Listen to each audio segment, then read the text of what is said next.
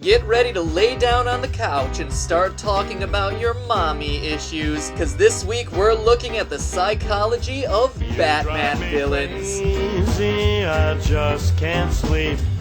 I'm so excited, I'm in too deep. Crazy, but it feels alright. Hello Internet and welcome to Game Theory, a full college course in useless information. This week, to honor one of my most anticipated games at E3, Arkham City, we're putting my psychology degree to the test and looking at its predecessor, Arkham Asylum, to see what makes Batman villains so batty. Why are these games placing so much emphasis on a hospital for the insane? Can't Batman just send criminals to, I don't know, jail? Are they truly loopy, or does Gotham City not believe in prisons? So all aboard the crazy train, cause we're gonna find out. We'll start off with Batman's most interesting nemesis, the Joker. His symptoms include blowing up buildings, killing his own henchmen, and wearing bright purple suits, but we're not the fashion police here. Instead, his biggest symptom is his desire to create chaos. Think about it. Does he ever really say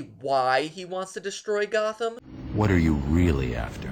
Oh, nothing much. Hundreds dying in pain and fear. All their meaningless lives brought to a horrifying conclusion. Not really. He just hates the man. This points directly to antisocial personality disorder, or APSD. It's an illness characterized by rebellion against authority, a trait the Joker has in spades.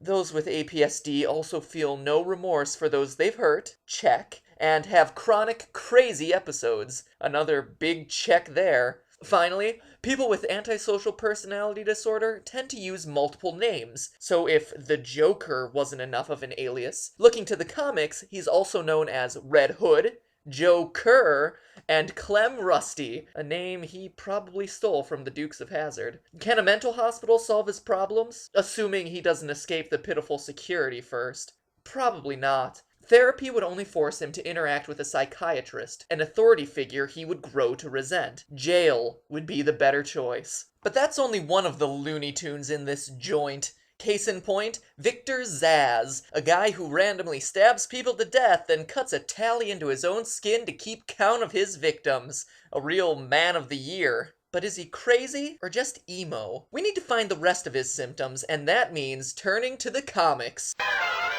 In Streets of Gotham, it's revealed that Zsasz constantly hallucinates and sees everything in red. On top of this, Batman Chronicles number 3 tells us he suffers from a gambling addiction, was traumatized by the death of his parents, and even once attempted suicide.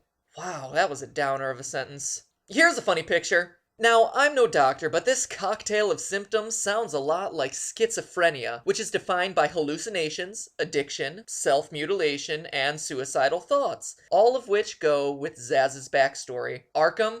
Definitely a good place for him. Hold up! This video's gone on too long without a sexy female, so let's check out Poison Ivy, who is definitely a little off-kilter. First, she has phytophilia, which is the love of and obsession with plant life. However, true phytophiliacs tend to have sex with plants. Now, maybe they cut this out of the comics and games, but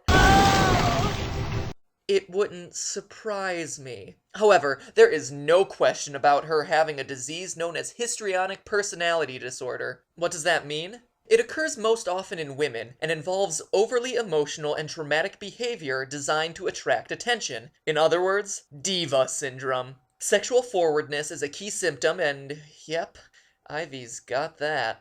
What else? Well, dressing provocatively. Yes. Being overly seductive. I'd say so. Rapid mood swings? That